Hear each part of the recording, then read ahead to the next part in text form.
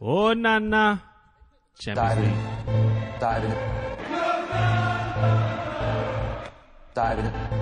Dive in it. What do we get called them? Dive in it. Dive in it. Dive in it. Dive in it.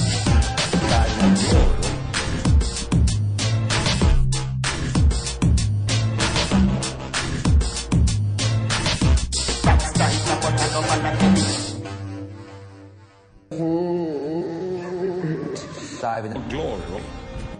Welcome back. Diving for glory. Thought I'd throw the blues on. What do we think of Tottenham? Shit. I don't think about them at all. Only at night when you can't sleep. Which was last night. Actually, truthfully, it hurt. Welcome back, man. Diving for glory. This is episode 11 of our Champions League coverage. Posting this every Thursday after Champions League matches. There's only going to be 1, 2, 3 more of these. Yeah. 0 for City. Yes, he's been itching to do this episode all season. Still chasing the treble. A local treble. Yeah, exactly. Don't forget, man, Diving for Glory posts every Monday, our regular episodes, and every Thursday after Champions League on iTunes, YouTube, and divingforglory.com. Don't forget to check us on Twitter and Facebook. We should just dead the Facebook shit, man. At Facebook or at Diving for Glory. Might actually be our more seen ones is the Facebook one. Oh man, we have an older contingency. Yes, make it extinct by participating on other formats, please, people. All right, man, we're gonna jump right into this. I don't do all the fancy shit with this episode. We're gonna jump into it. Start you with Tuesday's games. Barcelona hosting Manchester United, and there was a little bit of, there were pictures rolling around of Drake taking pictures with random teams, and I don't know, man. He must have had a pretty compromising pick of De Gea, because it did not look pretty. At least he was going against Messi. That's what I was saying. Like, a couple of people mentioned De Gea, mentioned Fred getting nutmegged on the first goal, how Mr. Phil Jones got turned over like 3 times in one play, and I'm like, Phil Jones, son. I was surprised he was even starting that game. He was surprised. He was pretty starting. He's still surprised. Yeah. What was that thing on his head? Oh, man? my man, Chris Smalling's interview before the game in the press conference was interesting. He said, "Well, you relish it, Like we played against big stars this season, like Ronaldo, Juventus, and then last we played against PSG, Barca." He said, "I say, and most of my team say, bring it on." Okay. This was the press conference before the game. But you respect that from professional players. I mean, yeah, that's what you dream about, man. Go to Barcelona. That's not what he dreamed about. That's what he said. That's what he said. About getting your ass whooped. You dream about stifling if he dreams Messi. about that shit and said bring it on his dream, wake up and apologize, you dumb bitch. Messi ended this game quick though, man. Like, he's been a... I gotta give him a black eye if I can elbow him into next week to where he couldn't play last week and expect Messi to just show up and just chill. Nah, he balled, man. Like, he had the game done in 20 minutes. Yep. You know what this reminded me of?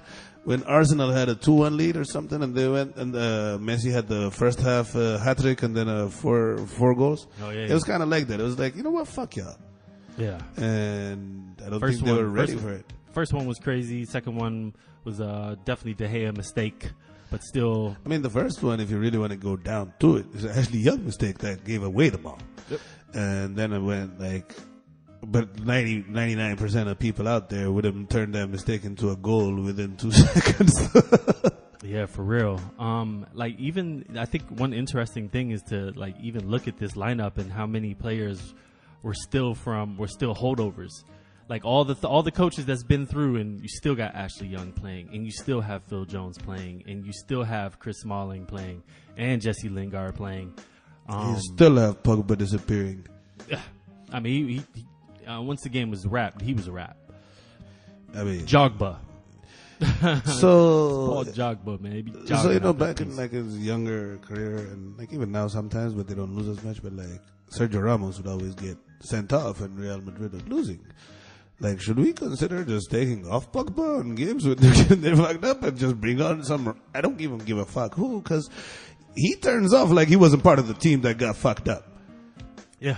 I think disappointingly though, like from a neutral standpoint, first 15 so minutes Man City before fan standpoint. whatever, man. Before putting before Messi put it to bed, man. Like they were United came out, man. They came out like and scored in the first. I mean, hit the crossbar, got pushed onto the crossbar in the 3rd minute on a shot that was actually harder than the second goal. But the last 3 times I've seen Barca and Manchester play, 4 times now when you consider the 2 finals, Manchester has always come out of the gate like sprinting. They've had chances, and it's like. Now it's almost hilarious to watch. It's like, give them 2 minutes and then they'll forget how to play football, and then like Barca will completely control this game. And they're just and Ole Gunnar Solskjaer said it after the game. Like they need quite a few players if they're gonna try to like. And so that it's to rewind it. Like we know, like we said, you could look at the eye test and see. With Mourinho, they were just like an unmotivated team. Like it seemed like they hated playing for him. The style of play was awful, but he was not lying when he kept talking about the personnel of the team. But the difference is not that he was lying or not. His issue is that like it's been years since he's tried to make a player better. You know what I'm saying? Yeah. And what are you coaching? What are you a manager of if you're not doing that? Like they like you can get to the almost not meeting Barca away from the semifinals of a Champions League with this team. And believing in you makes a big difference because they got dominated for 180 minutes by PSG, and yet they still pulled it off because like they felt, if that was the same team against a Mourinho team, like was being coached by Mourinho against PSG, they don't go through. They get another 3-0 on the second fucking leg, Yep.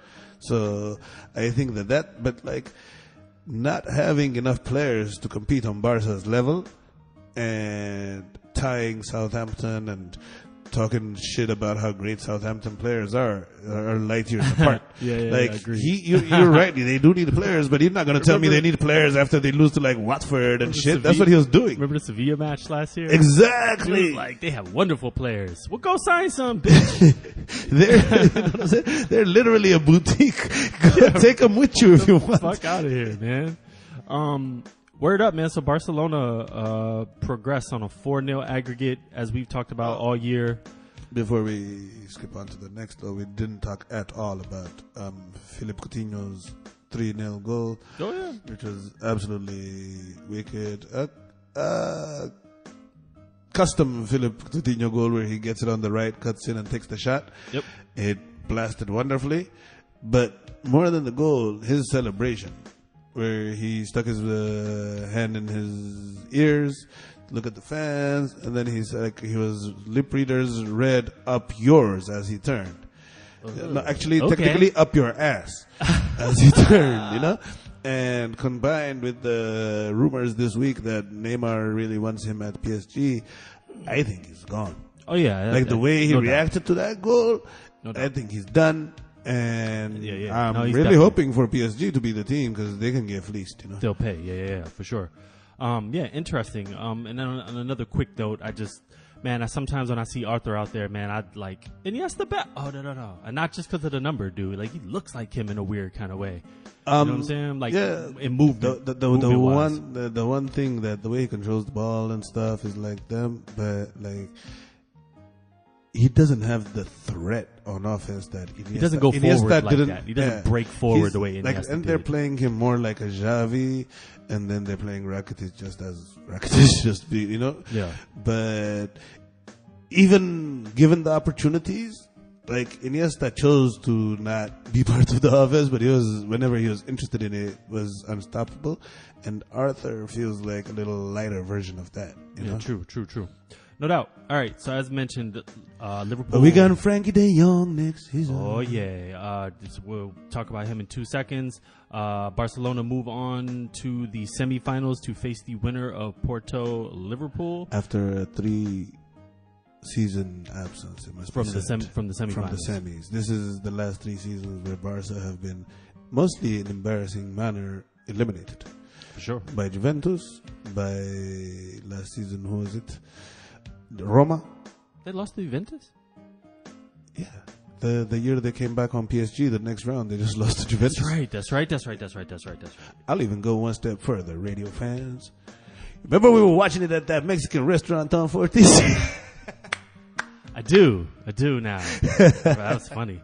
All right, yeah, man. Barcelona, peace, United now free to focus on their top 4 battle. Other game on Tuesday was Juventus Ajax, and coming off a 1-1 first leg, Juventus at home, Ronaldo rested, would seem to have been the favorite. Ronaldo opens up the scoring, but we talked about Juventus resting Ronaldo for the second week going. Yep. And they're not, like, the Italian league is like, you're going to fucking bring Ronaldo out or we're not going to lose to you. You're not going to take this fucking championship. And they rested him, came back, scored early, did his Ronaldo thing, did the flying vagina, all that. Immediately, Ajax go and respond. Like, yeah, they were the opposite of shook. They were inspired by Ronaldo's goal. They were. And go on to mostly dominate this fucking game. So yeah, man, they dominated the second half. They were totally on the front foot the whole time. Juventus could barely put anything together in the second half. And, you know, the crazy part was that, you know, the commentators were speaking of this, but it was even to the point where Ajax was being wasteful. They were getting so many opportunities. I'm watching Ajax on the Bayern Munich round in the group stages last time against Real Madrid, and we talked about it after the first leg of Real Madrid. They're a wasteful team.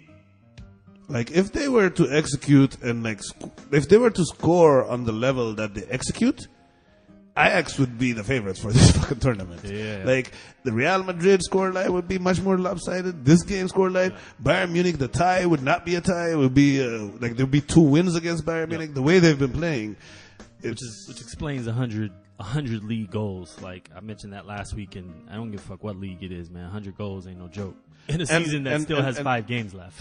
And the confidence that 100 goals brings you, like, you know, it would be easier for them to, like, pull them and stuff, but they're trying to get them at a certain level of intensity.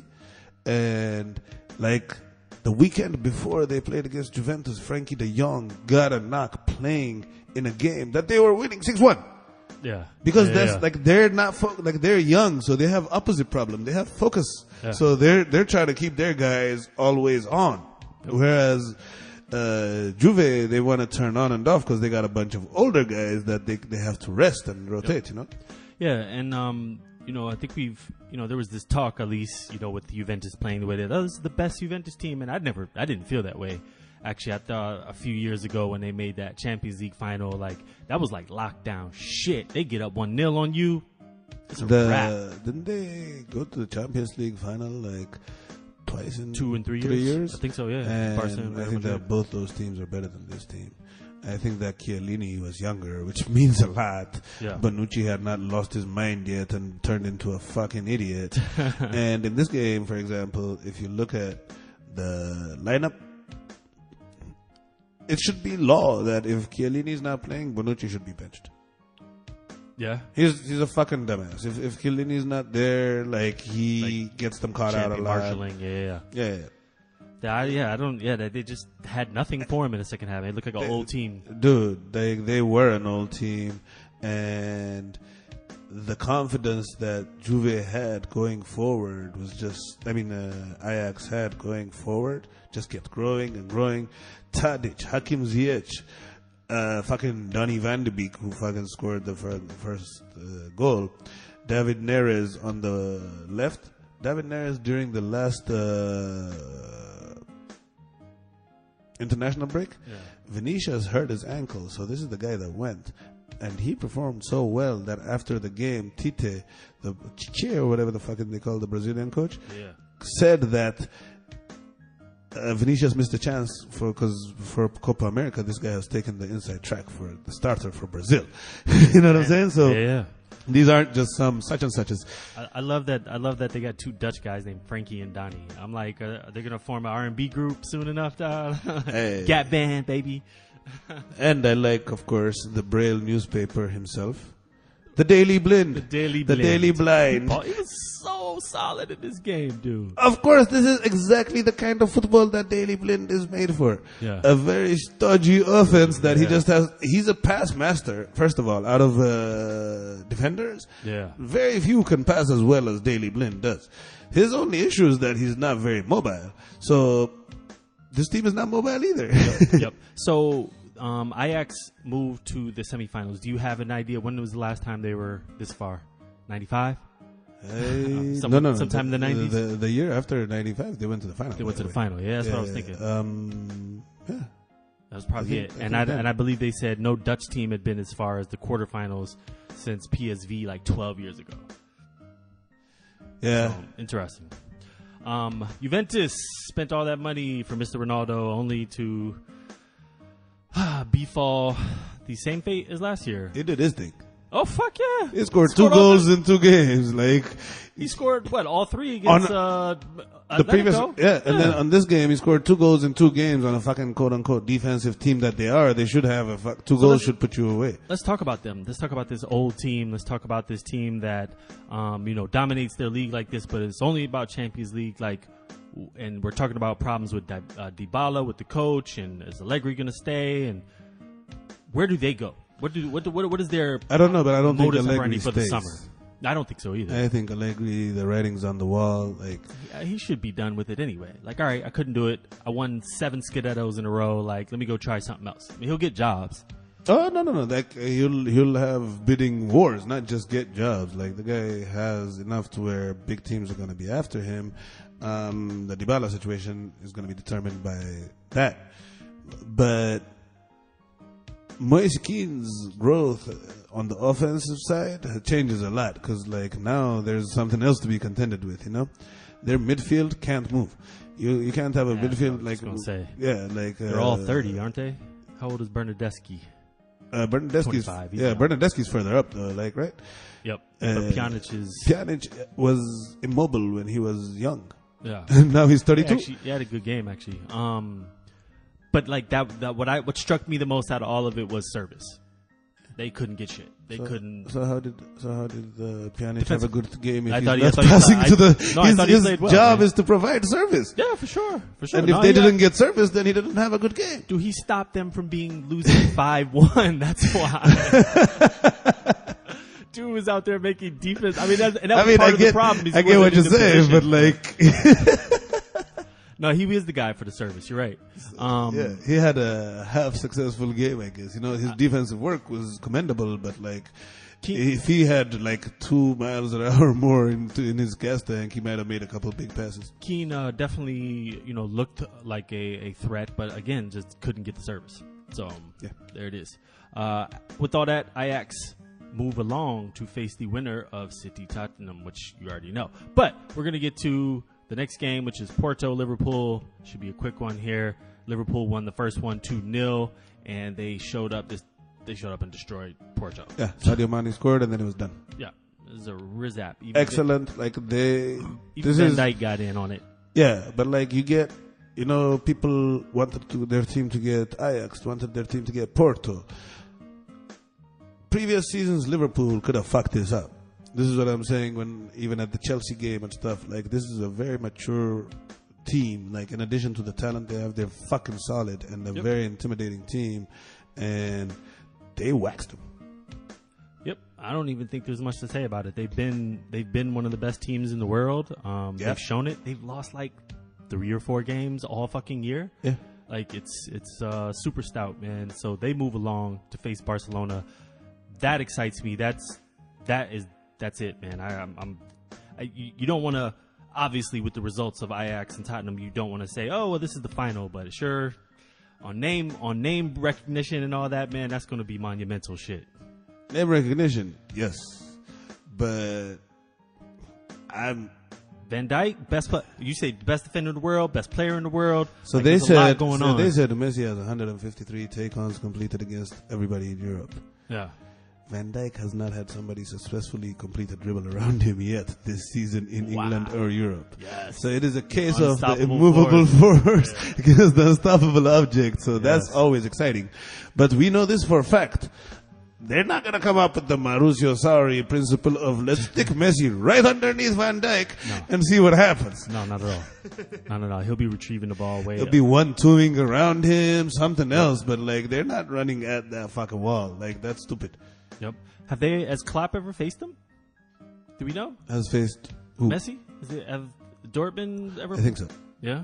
Didn't Dortmund beat Barca the one year they got to the final? Did they?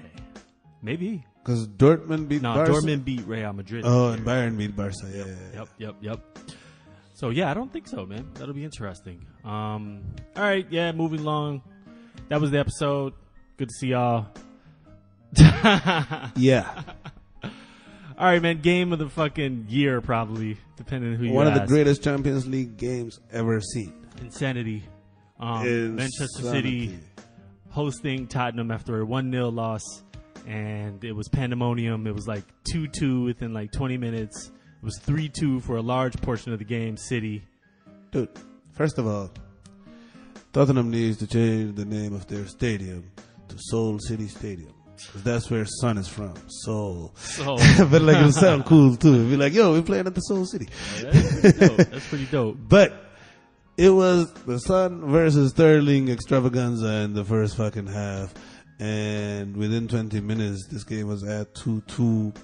And offensively, spectacular football played, but it was like old Kevin Keegan, Manchester Comical City. shit out Just there, like play offense, don't bother with defense. That's actually what I meant to say to you when you came through. Is like, way before I ever knew about a Spursy, the only thing I knew was typical City. Back in the day. Yeah? Typical City. So they even had the great Kevin Keegan as their manager for a little bit, and like you would either win 4-0 or lose 4-3. You know, like you just go all out and not defend. And So a few things here. Like, there's obviously a lot to dissect here.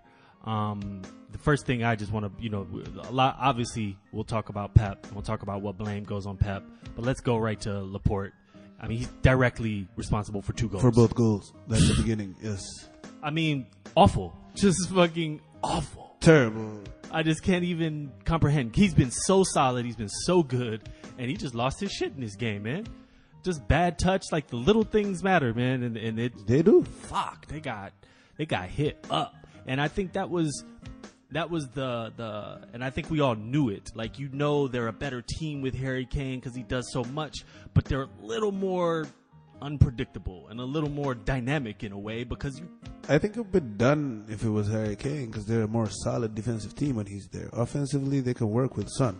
But when you have Harry Kane as the 9 and then you have Son on the wings running, that helps like Sissoko and all of them in the base because like that's, that keeps the overlap. If you saw, they kept coming on the wings. yeah. Like City knew that there was a gap on the 2 wing sides that they could expose. And Rose's ratings were awful for this game. Yeah. I mean, you get hit up like they got hit up.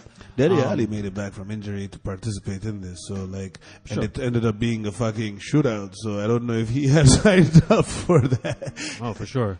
So a couple other things. Let's talk about Pep. Let's talk about. I'll give you my opinion. Give me your opinion. At the end of the day, I always said the first leg was a failure, total failure. They gave up a goal. They didn't score an away goal, and he played it conservative. Didn't make any sense. He wasted Kevin De Bruyne, Sané, didn't even bring him on.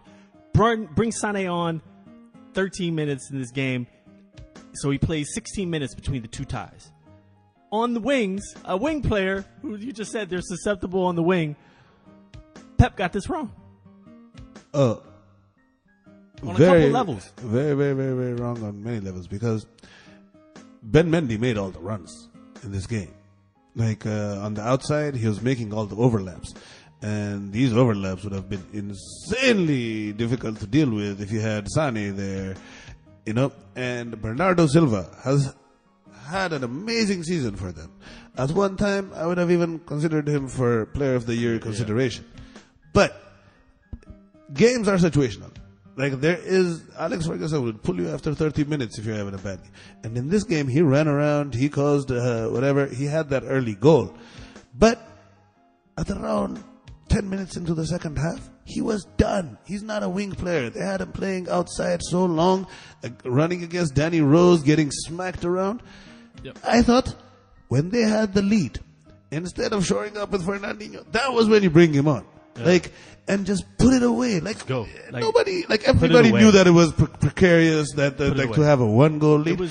And there was this big gap. First game we talked about, there's this huge gap in the middle of the field that Kevin De Bruyne needs to take up. And just as predicted, what happens? Kevin De Bruyne comes in, 3 fucking assists. 3 fucking assists, right? Man. So I'm like, all right. We also talked about the use of fucking Sane. Yep. Man, who was a monster on the weekend. I think that Pep's failure is just that he doesn't listen to Diving for Glory. Like, to be honest with you, right? You'd have won this time. Well, and he definitely just. I would love to know his thinking, because he always talks about, and you get it because you have to do it. You have to approach it one game at a time. There's no way he didn't approach this tie with the next 5 games in mind. 18 months ago, he called them the Harry Kane team. Oh yeah, and the first leg, he coached against them like he thought they were the Harry Kane team. And even if they take a fucking lead, I'm fucking Pep, and we're a big team, and we're gonna fuck them up. And no, you're not. And the funny thing is, in Pep's first season in England, the team that gave him the most difficulty out of everybody was Spurs. Yeah. And it's only been 3 years since he's been there. It's been the same coach there. They've gotten better. Like, I never understood why everybody just thought, like, people were arguing almost that the Crystal Palace weekend game was more important.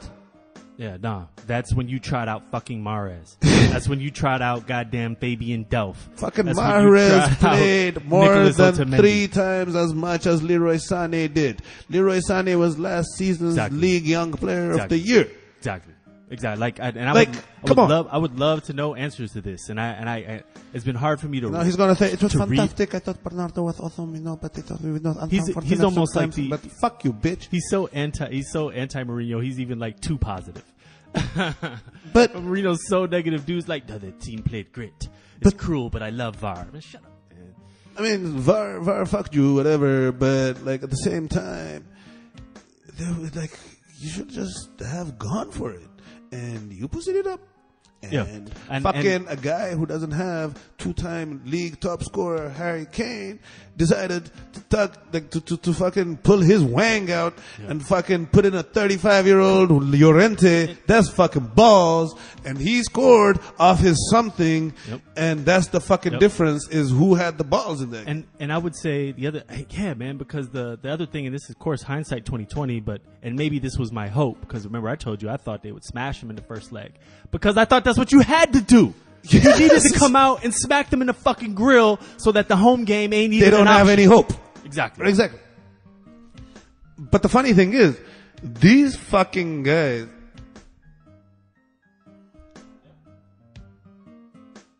You let any fucking team stay in it, let alone some team as good as Tottenham that has beaten all the top 6 teams at one point or another, has shown themselves to be one of the toughest teams to beat. Like, not for them to beat you, but for you to beat them. They're a tough team, even when you are, you know? And the way that this was approached, like, Pep is a coach that in a big game wouldn't consider playing Aguero and Jesus at the same time. Yep. On the other end, the guy brought in Lucas, Llorente, like middle fingers in the air, rock star shit, dude. It's crazy because he like holds so true to the philosophy, and then he can go home and philosophize now. Oh, for sure. And then he he bucks it. It's weird. But definitely, man, that's just going to hang over him continually, man, until he makes it's just going to, in my opinion, also hang over Manchester United. Like we were talking earlier. United? Like City? United. Manchester United also. The city of Manchester. This guy, Mauricio Pochettino, is a special fucking coach. And some dude came and had a good streak. So they've been waiting on this coach for like 3 years and like negotiating with Daniel Levy and all this. And like this coming year, about £30 million will get him off that schedule. And they were there, you know. And this guy had an 8-game win streak, and they scrapped all that and just signed him. Yeah, we were surprised. Like you're looking at this game, and I'm like, dude, yeah, imagine he might still be after 1 year because they might want the first year of the new stadium to have him, blah blah blah. But like, yeah, dude, like you've been waiting so long, just let the guy. Imagine, right? Like imagine Poch with resources. You know, that's how it is. I've been imagine Poch with this same Manchester United team. He would have bounced a few of them, brought in a couple of young guys, and trained them up. Mm-hmm. You remember when we used to laugh at Sissoko? Yeah. Sissoko balls now. Sissoko he's coached up. Started almost every Harry game. Winks is a fucking baller. Like the only thing funny, the interesting about him was that his name was Harry Winks before. You know what I'm saying? Yeah. But like this guy is doing work. You know, Yeah. Kieran Trippier, like all these guys are not. Yeah. You know? Yeah. And like they're lower caliber than what Manchester has, and he would have worked on that team. Yeah. Yeah, true that. I've been dying to say this as well, man. I feel like especially for City, man, like playing Tottenham was like fighting a girl, man. If you win, you're supposed to. If you lose, you look even fucking worse. I don't know what you heard about fighting your girl, but you're not supposed to win. Oh, man. Fighting a girl, man. But anyway, man. That's diving for glory, man. And the show does not support that analogy. No. Don't put hands on women, dude. For real. But I said before, last thing, it is exciting from any neutral standpoint to think that Tottenham or Ajax are going to be in the final here. True underdog. With a chance to win it. I don't like the way that the 4 teams are playing right now is not going to be any like. Would you give Poole the edge as to what? The favorite? No. I mean, you can't. No. If you had to call one team, a favorite, do you automatically go Barca because they're Messi, but run of form? I think that Barca would have done the same thing to Porto. I think that Manchester United is a much tougher opponent than Porto is. I'm thinking about. I mean, we've seen both teams play a lot this year. Yes. And I just mean and I'm talking about Champions League full performances. season, Though they're toe to toe.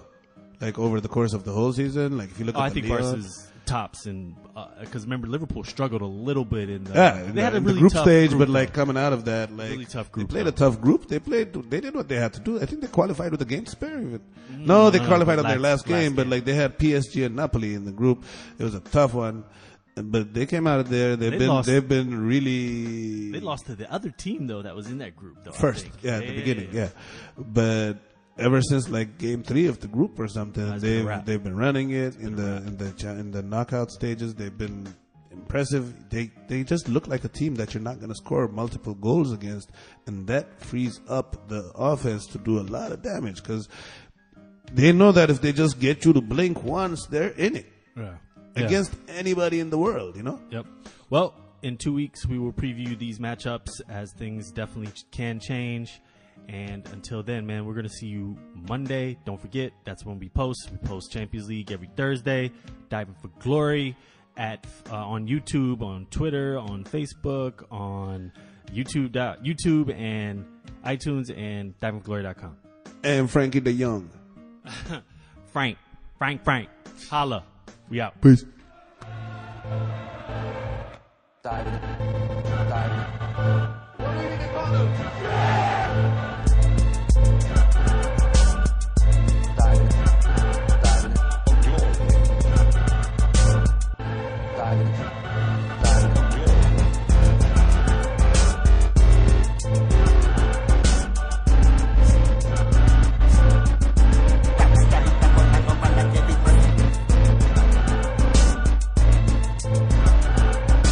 This way.